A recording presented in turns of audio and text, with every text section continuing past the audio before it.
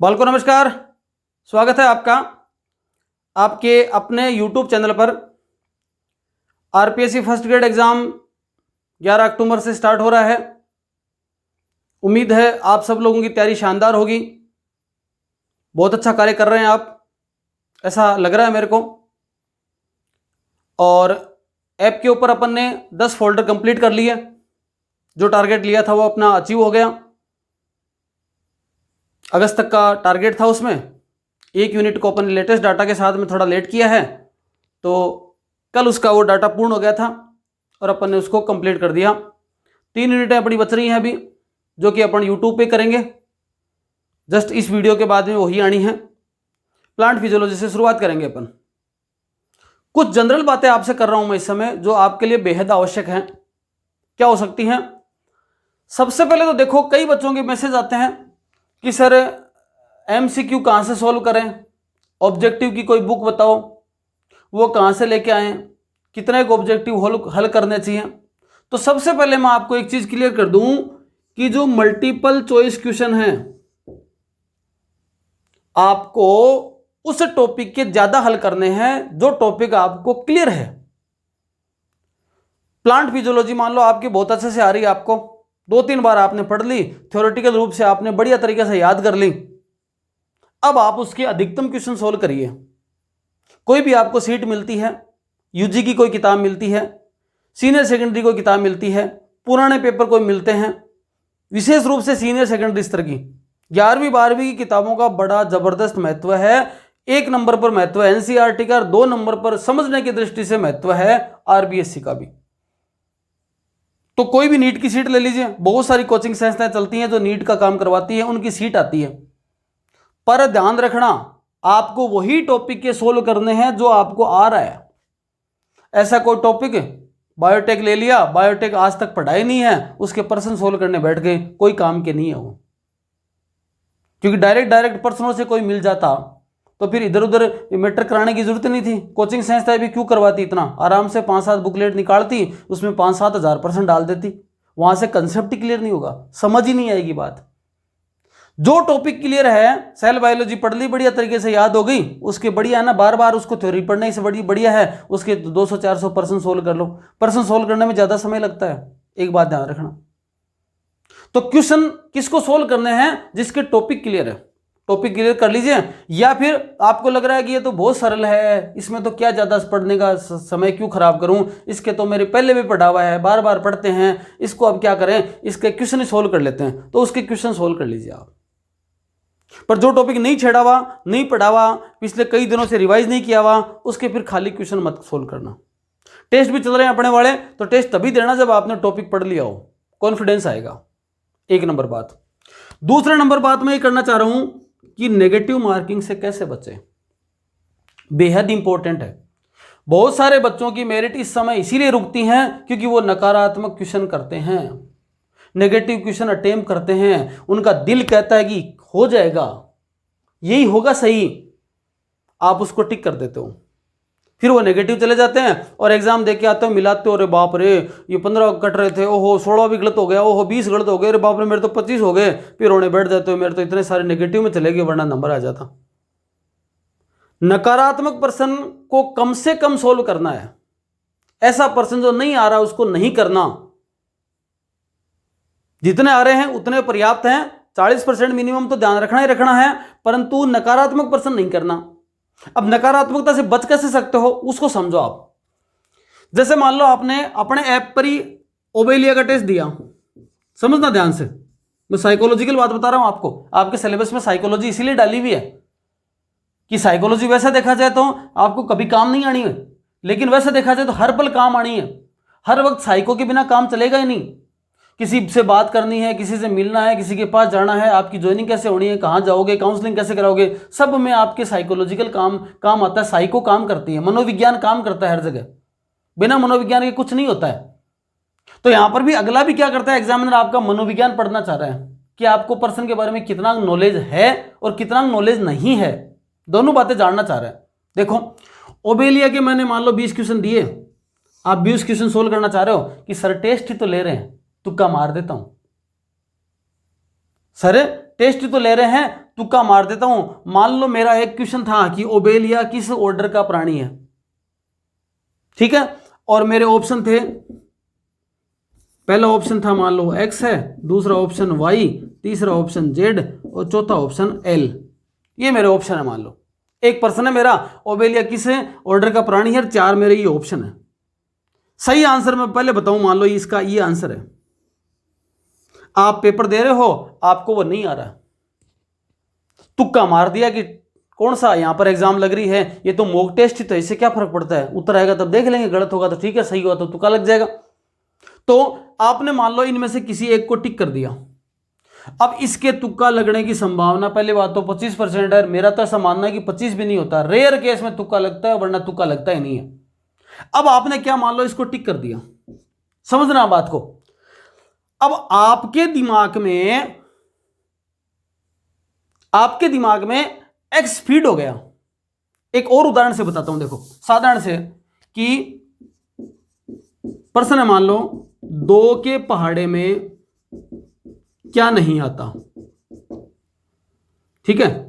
एक ऑप्शन है 4, 2 ऑप्शन है 8, 3 ऑप्शन है 15 और 4 ऑप्शन है 20। आंसर तो ये सही है, सबको ही पता है 15 नहीं आता 2 के पहाड़े में, पर आपको नहीं आ रहा। मान लो उदाहरण से लिए समझा रहा हूं, आपने तुक्का मारा और इस ऑप्शन को क्लिक कर दिया, मतलब आपने अपने दिमाग में बिना ही वजह एक फीडिंग दे दी दिमाग को कि भैया 2 के पहाड़े में 8 नहीं आता, क्योंकि आपको उस समय कुछ तो सही लग रहा होगा, तुक्का भी मार रहे। आपको अगर कंफर्म पता होता कि सही नहीं है, तब तो आप 8 पे टिक नहीं करते, पक्की बात है। आपको थोड़ा तो मन कहता है कि हो सकता है सही हो, क्या पता सही होगा, ये लग रहा है, मार दिया आपने तुक्का। तो मारते क्या हो गया, आपके दिमाग में फीड हो गया कि 8 सही हो सकता है, मतलब 2 के पहाड़े में 8 नहीं आता।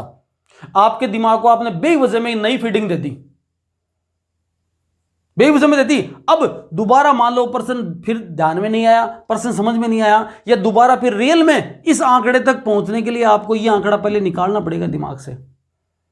उसके लिए उस पर्सन को 4-5 बार पढ़ोगे, फिर वो आंकड़ा निकलेगा, फिर ये नया आंकड़ा घुसेगा। और दूसरा काम आपने क्या किया, आपने उस पर्सन को स्किप कर दिया। तो आपके दिमाग पे क्या क्या मैसेज गया कि भैया मेरे को चारों में से नहीं पता है कि वास्तव में इसका आंसर क्या है। तो दिमाग अभी उसके लिए क्या है, ब्लैंक है।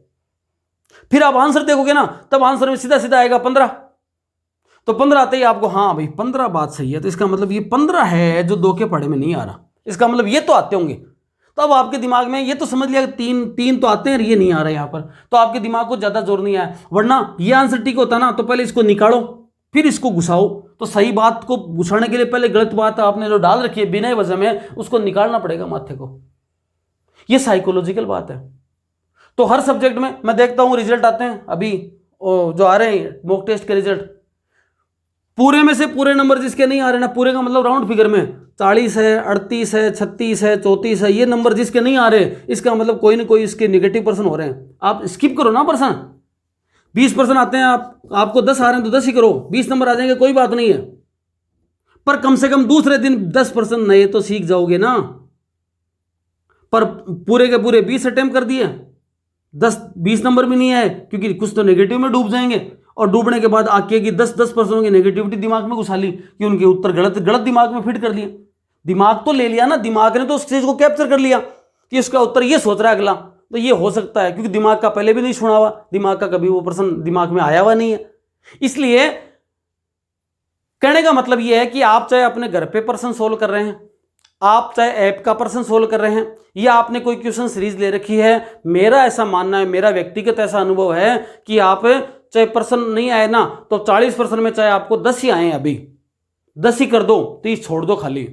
जब उनके उत्तर पता चलेंगे दूसरे दिन, तो आपके 30 नए पर्सन तैयार हो जाएंगे। पर ऐसा नहीं है कि अभी तो क्या दिक्कत है, पेपर लेके मान लो कि कोई चीज लेके सोल्व कर रहे हो, ये कोई है पेपर आए हुए हैं और सोल्व कर रहे हो, पर्सन बुक आई हुई है लॉन्च पहले पेपर की, और आप 75% करने हैं, तो कर दो, रेस में कौन देखने वाला है, 75 में ये सही, ये मतलब जो गलत पर्सन आपने अटेम्प्ट किया आपके दिमाग में उसकी फीडिंग हो गई और अब उसको निकालना मुश्किल है। इसलिए गलत पर्सन दिमाग में ऐड ही मत करने दो, ठीक है। तो इस प्रकार से नेगेटिव पर्सनों से बचा जा सकता है कि कम से कम आप एग्जाम तक जाओ ना। तो मेरा ऐसा मानना है कि अगर आप एग्जाम में 40% करके आओ तो 37-38% सही हो, नेगेटिव कम से कम जाएं। अब करने को तो 50 कर आता हो वहां पर, और बाद में पता चलता है कि 15% गलत है, तो वो उनको और ले डूबते हैं। तो पर्सन एक्यूरेट करने हैं। हाँ, एग्जाम के अंदर 4 ऑप्शन में अगर किसी 2 ऑप्शन में डाउट हो तो आप रिस्क भी ले सकते हैं। ये आप 40% पे नहीं पहुंच रहे तो आप रिस्क ले सकते हैं। बाकी साधारणतः आपका पेपर ठीक जा रहा है। और जिस पर्सन में आपको कंफर्म नहीं पता कि चारों में से कौन सा ऑप्शन है, उसको कतई मत करो।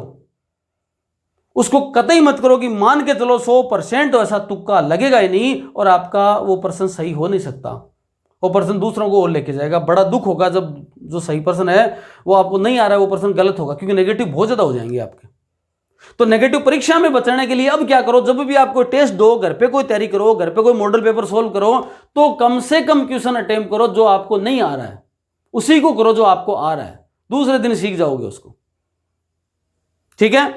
अगला क्वेश्चन ये है कि इस समय सिलेबस में कुछ चीजें क्या महत्वपूर्ण है, क्या चीजें महत्वपूर्ण नहीं है। देखो, सबसे बड़ी समस्या इस समय क्या हो गई है, पिछली बार कम से कम ये था, पिछली बार सबसे कम, इस बार सबसे बड़ी समस्या है ये। पिछली बार क्या था कि 8 यूनिट हैं, सीनियर सेकेंडरी 55% आएंगे, तो 8 यूनिटों से आने 55%। तो फिर 8 यूनिट आपके यूजी लेवल की थी, 55% आने हैं, और 4 यूनिट आपके पीजी लेवल की थी, 10% आने हैं। इसका मतलब अपने को यहाँ से 120% मिल रहे हैं। मतलब पिछले साल तक अगर कोई यूजी पीजी वाला 4 यूनिट पूरी भी छोड़ दे तो उसको नुकसान वाली बात इसलिए नहीं होती थी कि एक आधा तो हो सकता है कोई तुक्का सा या फिर कोई पुरानी ज्ञान के अनुसार हो जाए सही, बाकी नहीं भी होते हैं तो 10% ही छूटते हैं। 4 यूनिटों को छोड़ने पर 10 का लफड़ा खत्म हो रहा है। इन पे केवल 110% पर फोकस करते थे, कई बच्चे ऐसा करते थे और सफलता भी मिलती थी उनको। पर अब की बार तो ऐसा नहीं है। अब की बार तो अगले के सामने फ्री है, कोई 55 का नहीं है। मतलब इन पूरी 20 यूनिटों में से उसको 120% बनाने हैं। अब अगले पर डिपेंड करता है। मान लो कोई ऐसा बंदा रहा पेपर बनाने वाला एग्जामिनर ऐसे रहे कि उनको लग रहा है कि माइक्रोस्कोपी में से बढ़िया पर्सन बनाने हैं, हो सकता है माइक्रोस्कोपी के 5-7% डाल दें, हो सकता है प्लांट फिजियोलॉजी के 15% डाल दें, हो सकता है वाइल्ड लाइफ कंजर्वेशन वाले के 10% डाल दें। तो अब यहां पर वो कोई मतलब वाली बात नहीं है, जैसा आपने देख ही लिया। अभी कुछ एग्जाम हुई हैं, वहां पर एक एग्जाम कौन सी थी जिसमें साइकोलॉजी के तो कोई पर्सन नहीं है, जबकि सिलेबस में दे रखा है 25% सिलेबस साइकोलॉजी का ही है, पर बाकी में से बना लिया अगले ने 75 में से। जज के अगले के कि सेल बायोलॉजी के 20% बनाने बना दिए। कौन पकड़ने वाला है वहां पे, कौन देखने वाला है, कौन उस चीज का एनालिसिस होने वाला है, क्योंकि कोई आंकलन नहीं दे रखा ना। पहले तो था कि भाई आप माइक्रोस्कोपी में इनमें से ज्यादा नहीं बना सकते, 10 से ज्यादा, वो भी 4 यूनिटों में है, तो आपको सबको बराबर लेके चलना पड़ता था। लेकिन अब की बार ऐसा कुछ नहीं है। जितने ज्यादा बायोटेक में से बना दिए, टेक्निक में से बना दिए, मान लो पर्सन डेवलपमेंटल बायोलॉजी अगले को लेके बैठा जज गया, बड़ी है, 15% बना दिए ये लोग। तो आपको हर एक यूनिट को अच्छे से देखना पड़ेगा, किसी भी यूनिट को छोड़ने का तो कोई मतलब नहीं है। फिर भी जिस यूनिट को अभी देखा ही नहीं है उसको भी एक बार लास्ट के समय में या एक बार पूरी यूनिटों को कवर करते हुए एक बार उसको सरसरी नजरों से जरूर देखना, क्योंकि हर यूनिट में कम से कम 50% पर्सन सरल होते हैं एकदम से। जिससे सरल पर्सन आपके हाथ आ जाएं, हार्ड पर्सन आप नहीं आते हैं तो कोई खास बात नहीं है। माइक्रोस्कोपी नहीं पढ़ी है तो एक बार उसको समय निकालकर एक बार उसको सरसरी नजर से रीडिंग जरूर मारनी है, जिससे कम से कम एक आधा %, 2%, 3% अगर ऊपर से आए ना तो आप उनको हल कर पाओ। तो 3 बातों का आपको ध्यान रखना है कि एमसीक्यू किसको सोल्व करने हैं, मॉक टेस्ट में नेगेटिव मार्किंग से कैसे बचें, और कौन सी यूनिट महत्वपूर्ण है। तो महत्वपूर्ण का तो सार ये है, बहुत सारा सिलेबस। अब प्लांट फिजियोलॉजी डाल रखी है अपने सीनियर सेकेंडरी लेवल की, पहले यूजी में थी, अब सीनियर सेकेंडरी में डाल तो दी, लेकिन सीनियर सेकेंडरी में जो आपके लिपिड मेटाबॉलिज्म का टॉपिक है वो सीनियर की 11वीं की 12वीं की इन किताबों में उपलब्ध ही नहीं है। ह्यूमन वेलफेयर वाली यूनिट यूजी की थी, सीनियर सेकेंडरी स्तर पर डाल दी। सीनियर की कौन सी किताब है, 11वीं की 12वीं एनसीईआरटी आरबीएससी में कोई सी भी किताब उठा के देख लो, उनमें कौन सी किताब है जिनमें वो सारे के सारे गेहूं और जो अपने सिलेबस में हैं कपास वगैरह सारे के सारे दे रखे हो। कुछ तो दे रखे हैं, वो भी आरबीएससी में, एनसीईआरटी में तो एक भी नहीं है। तो मैटर पहुंचा दिया सीनियर सेकेंडरी का, सिलेबस है यूजी का, मैटर है आपके यूजी का, सिलेबस में कहां डाल दिया, सीनियर सेकेंडरी लेवल में। तो ये सारी चीजें अभी हैं, उनको आपको सबको मैनेज करना पड़ेगा, क्योंकि कुछ समस्याएं नहीं आएंगी।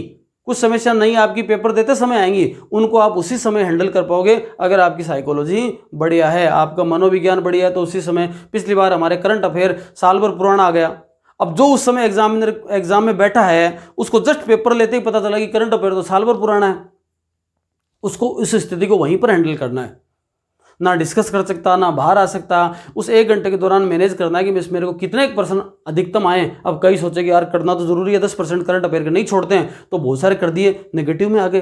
कईयों ने सोचा कि नहीं आ रहे हैं, साल भर पुराना आ गया, तो सबके साथ ऐसी समस्या है, इनको छेड़ो ही मत, 10 के 10 छोड़ दिए, नंबर आया उनका। तो वहां पर आपको स्थिति को क्या करना है, हैंडल करना है, परिस्थिति के अनुसार हैंडल करना है। फिर बातें करते रहेंगे, प्लांट फिजियोलॉजी अगले वीडियो से शुरू करेंगे। इस वीडियो में इतना ही, धन्यवाद।